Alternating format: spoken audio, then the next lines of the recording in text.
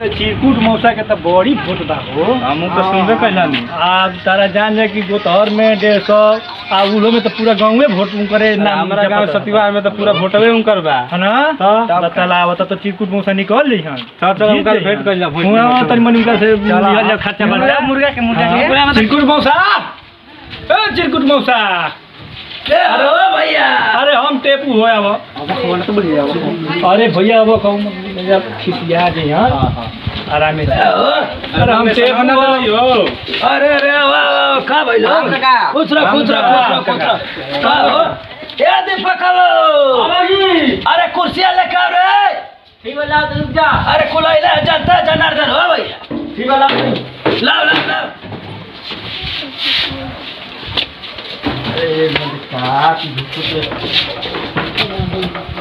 कुल बैठा हो भैया। बड़े जाओ भैया। कब हो चला तो नहीं मौसा का हो। ये चुनाव के नॉमिनेशन के टाइम आ गइल बा। अब बात आप सुनत हैं कि वोट बुए द्वारा हर गांव में 100-150 बोल का हो। अरे चाय लाओ नॉमिनेशन फाइल कर दो। नॉमिनेशन फाइल हो यो देखबे कैलो अगली बरिया चुनाव में 20 को वोट से हार गईनी। अब तो हम लोग को तबे ना मारकुल होई। ना उनके पर नॉमिनेशन कर दो बढ़िया वोट बा तन मनी खर्चा तो कहला कि एक गुजरात उनके चाय ला पहले चाय हो बाबू दा मुर्गा खियावल बना के लिट्टी चोखा कहला कि तो कनी है बचवा राहुल। तोरे गाँव कोई वोट मिली हो हमके का कहत हमारा गांव के टेंशन मत लो। फुल वोट हम जवरा के रखले हैं तारा खातिर। देखो तू लोग चाहबा ना तो हम अबरी चुनाव निकल देब हमको लागत। ठीक बात हमारा गांव के टेंशन मत लो। हम तार विजय बा अबरी हमको लागत है कि एकदम चुनाव निकल जाएंगे हमारा। हां ना तन की लड़ एकदम आई खर्चा बच्चा तो मौसा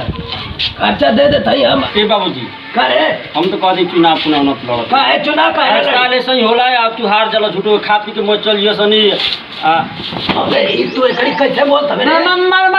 कैसे बोलत है काका वोट का एकरा का वोटिंग के ए बच्चा ए कहते थे मोटर हो जी सर। ए भाई तो हम लोग पर हमारा विश्वास है तो हम लोग वोट देवेला हमके। बदलाव आधा वोट ही है ऐसे काटता। इतनी मत रहा ना बुलाए लवे कुलाई कुल सतीवार से ले जा सही ले घूमे ले से हाय कोई ना कुछ करेला खाली वो सही उनके पर ये 20 को वोट हार गई रे। इनकी बात ना खाता ना खुद खाता शुभ बोल रही तो चल भागे चल भाग भागे जाए छोटा मौसा छोटा ओकरा क्या बुझाता। अरे वो लड़का एक पूर्वक एकदम ओकरा बुझाला कुछ वोट के बारे में बहुत अभी उला ना दान ना ओकरा का मालूम है वोट कैसे मिले। ओबरी बरिया 20 को वोटो मिल गए रात बाद मुखिया होती। अरे नयका में 40 को वोट बढ़ल बा की पारी हमारे गांव के।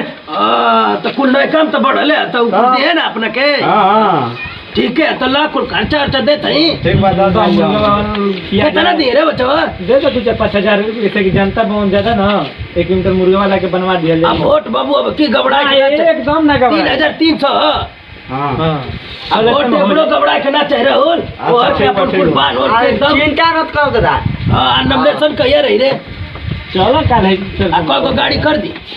अरे लगभग 20-25 गो गाड़ी कर दे ऐसे कि मनी के एकदम जौन होए रे एकदम नॉमिनेशन कोनो मुखे ना हो कोई से हमार गाड़ी जाए एकदम से सागर बोलो पता एकदम हिल जाए। ए चिरकुट मुखे आ गए ना चिरकुट मुखे ऐसे ना एकदम गाड़ी जाए कि लोग के नहीं कि नहीं रोड पर गाड़ी जाता है। आज लगे कि होता नॉमिनेशन होता ठीक है तब चला जा कुल अपन बना ये तैयारी चला जा एकदम पड़ा ध्यान रहे बच्चों बकवा। का भाई का भाई कुर्सी मार देंगे रहा था तवे का बतिया लगता हो क्या बतियाते हैं ठीक है कहते नहीं कुल जवाना बनल कुल उड़ाएगा फोटो 500 से लड़ा तो एक बार जीतला तू हां 500 से लड़ता हो मोय घरवा के पैसा खाली लगावत हो या तू गई बोली सुना अजय दिन बन करनी मुखिया ना तो हिट टंगवा दे तो करना चिंता हमरे टंगवा देबो तो का बुझो तो ठीक बा आदमिया तो कुल अथी करता है कुल हटावे एगो कुर्सी रहे दे हमरा जे बैठे का कुल चाहे के कुल कप धोवा केला कुल जनता अब हमें मार रोज मिला तो चुनाव के दिन नियर आइला तो बुझा था कि बोना का उल्टा पुल्टा छोड़ दे लखा हो हित अरे किने ना जाई हो हां ना चाहिए मार 1000 रुपया उड़ाओ तो यार 1000 रुपया उड़ा तो से कुल अथई यार हर भइलवा का हाय कुल कप फोड़ देला रोज कुल मेहमान आवत होए सर कपा फोड़ कर रखत हवा हाय चलो दो कुल निमन से ले चले त मुआ दे सर ना चिंता होता हमके चाहो नहीं वैसे पिए ले कुल देखत नहीं खाओ आओ ले आओ कले रे लेता ही मुखिया नहीं का बनत इतना तरह तरह भइलबा बनी बता का करबो अंग नहीं खेला तो अरे भूखे बन देता तो अरे का करब तो टंगवा दे ना कहीं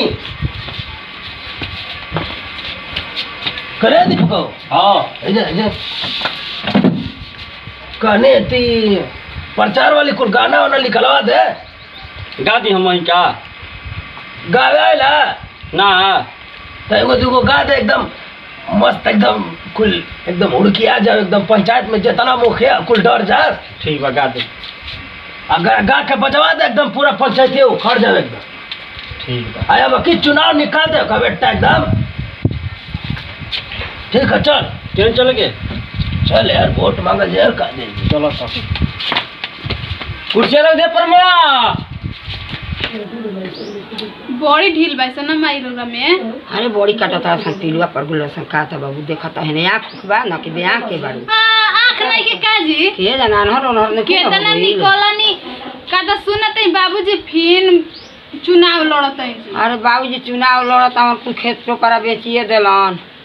अब के जन का करिहन ए बाबू फेन चुनाव लड़ के तो हमनी दू के हाली जान लड़नी तो ककाल रे हारी गुन फिन तीसर का लड़त है देखम का अब की का करेला का करेला ना करेला ए बाबू हमनी के मात गोली जा ठीक है कहत है जे मात कोई नहीं जा एकदम मात गोली जा इहा के कहत रही कि फिन बाबूजी चुनाव लड़ी ह आ दिन भर गाड़िए पोछे में लग रहलन केन कोनी का काम धंधा नहीं के बुढ़ावे मती ने से ही हो करेला क्या हाला करती रे का हाला करते वो गाड़ी अगला दिन भर ओकरा के पोछते रहे घूमने जाता ही रे क्या करें गाड़ी बनाया एकदम घूमम ना ए माई हां बोला सुनात नहीं का तरह हां कहा बोला ता सुनाता अभी चुनाव कितना दिन बाद पैसा लगल उड़ावे हाँ एकदम पैसा उड़ावे लगल हमनी के माता देलो गाँव नहीं खाओ ई गाँव खा के उड़ा के पड़ा के नेशन में खड़ा हो करा के आदमी के एकदम हरा हां दिया माई गांव वाला चढ़ा दे बड़ा चढ़ा देले बड़ा सन निका के चढ़ा देले बड़ा सन के पैसा ए आ माई अब टेपुआ न बनो हां ओरा कभी 5000 रुपया देलन बाबूजी देखो उड़ा पड़ा देलन 5000 लेके अनहरा चल गई हां अनहरा लेके खाती के चल गई कुछो ना करी अरे माई करो चिंता मत दे रोवा कैसे बात बुढ़ो मानी ह ना ना मानी मन के बुढ़ो हो गलो देखो त ने कि हेता जगह जमीन बा वैसे से बलूड़ा पूरा दिया था तो जगह केना बैला बुढ़ियो का जी आ गई चाबी ना हमर जाई हो अरे कहां जात रे काहे तोरे हैं? घूमे जाते घूमबा ई ते नॉमिनेशन में जाए कहना मालूम तो के नॉमिनेशन में जाके तू जाके लड़ अब तो घूमम ना हो नाय ओए तू ना दे रे क्या करबो भाई गाड़ी लेके चल जाएगा सीतागर नॉमिनेशन में करे बुढ़ियो हाँ। 20 रुपया देता जल्दी अरे बाबूजी, पैसा उड़ा देनी पड़ा देला बाबू गांव घर के बांट देला तो गांव तार घर बाबू कमा के देला का इतना कुल हो हमार बाबू कमा के ना देला घरतिया बेचला हवा तू ही ना हां घरतिया धरते के देला हाय लावरा पतो अच्छा बाबूजी 20000 रुपया लेके जाता इनके रो के वोट दीजिए के वोट दिया देखा ते कुल जनता जनार्दन कुल उड़ाई रहा था एकदम कपार पर चढ़ा रहा था पीछे पीछे रहेला ना खा पी के उड़ा अरे अभी तोरा मालूम ना है अब की जानते पतो है पतो है अब की एकदम जीतत है रे सुन ले अच्छा बाबूजी हमनिया के देखते भैया 20000 रुपया ले तू घर में रह के का देखत हो मार पंचायत के घूमत हम घूमत है कि तू घूमत है पंचायत घूमत है अच्छा 20000 रुपया दिन ले गुनी ना 5000 के ना के दे के और कुल करता है उड़ा पड़ा देला अल्लाह क्या भी रे जाई हम काट करता के कुल ना दबू काटा के दिहल जाला कि काम में आओ हां कुल गया टेपुआ दे तू कितना वोट लाई 200 वोट ला अरे लाव रे ए ला पैसा ला दे रही है रे चल जल्दी चल जल्दी चल लाओ जल्दी जानते अरे अभी जीता था रे अरे तो ठीक है भाई अब की हाली जीता तारा तो देखा तनी जा ई गांव खाओ के आ चाट टोट के अरे और दम मुंह बात ना हो रे ला पैसा रे जल्दी रे आई बाबूजी है ले लीजिए दे जल्दी रे भैया ए कैसे हो अरे मर्दा चलो बा कुल देरी होता गाड़ी खुलाई है ऊ 5-6 गो चलो मत जल्दी आओ ना करो पीछे बड़ा चलो रोड आप अब की बार जीतेगी मैं जीतेगी अब की जीतेगी जीतेगी तो जीतेगी। हाँ जीतिया नहीं का पार करे हम बुझाते बता सब पैसा पूरा लुटा के रख के ना बीघा खेत बाधार घर दुआर कुल बेच दीहन बेच के फलौआ खापड़ क दी। अरे बाबूजी चकचकवा के गाड़ी चाबिया लाल महिला के चल जाओ करे ले दुगो के ना आदमी जिनते करे ले जम जा चल तू ठीक है कहताड़ी तो ठीक है अब रख दी कि आपका पोछले बनी चल पूछी ना माने गाड़ी है नया किन कर 80,000 काले ना अभी आए अब तड़ी चल गाड़ी के टोप दिए जाते ही हम सब ठीक बजाई झाल बजावे हैं कहत रही कि नत लड़ा तो यहाँ होगा मार अनहरा के देव तो लांगड़ा के देव पैसा मार दो सब दे के हमको धोखा दिए उ लोग हमको धोखा दिए धोखा भइल हो सास चुनवा के गोइलन हार आ तोरो हमन के पुतवा पर दे रहा हम 20,000 रुपया जा भइल हो मैं मत खा उधर हमको साला तीन वोट दिए खाली 3 वोट दिए हम चुनाव हार गई है 5 लाख लगा के हार गई है तोरा कोई ले वोट ना मिलल हमको बड़ी बोलती है घर वाली चल अभी माई बाकी है बिया चलो तारा के बात सुनवती घरवा तब तारा बुझाता साला हमको 150 भी वोट नहीं मिली है 5 लाख अरे आई बा बनैबो मुंह लइकन मती कहिना ना कि न त ठाड़ हो ख हैं कबो ना जीतल आ तब तू बात मन बन हमार ना हम पैसा लेके हमको वोट नहीं दिए मैं धन तू लुटा देबो हमार ओ जानती भाई बड़ी आज खुशी के बात है बाबूजी बेरा जीजन वोट गिना वोट गिना तो करे का बोल जी बाबूजी के बाबूजी का भई गोलन बाबूजी हार गुलन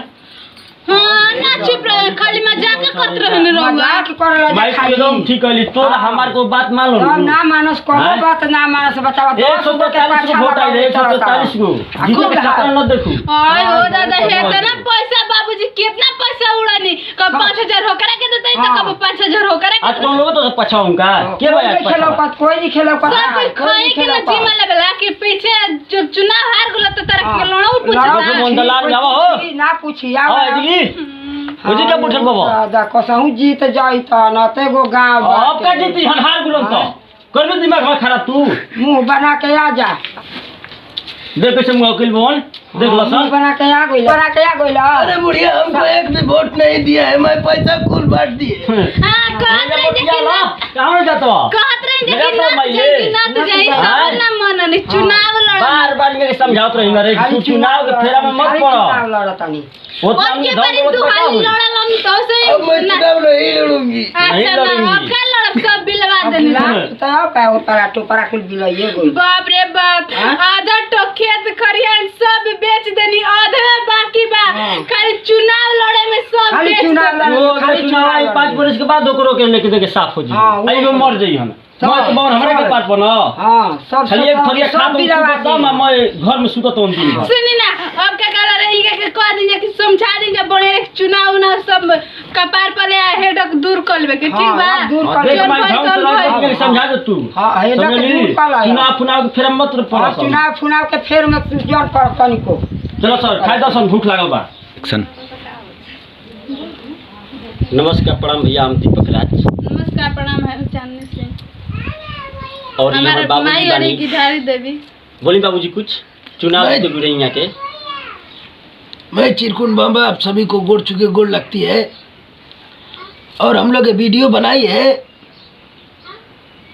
अभी हमारे बिहार में चुनाव आ रही है वो प्रधानी चुनाव जो कि हम चुनाव लड़े थे देख रहे थे कि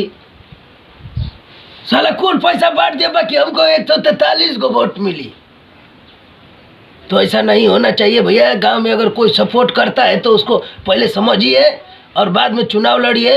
ना कि कुल पैसा उड़ा दीजिए और बाद में हमारे नियन मुंह बना के घर आ जाइए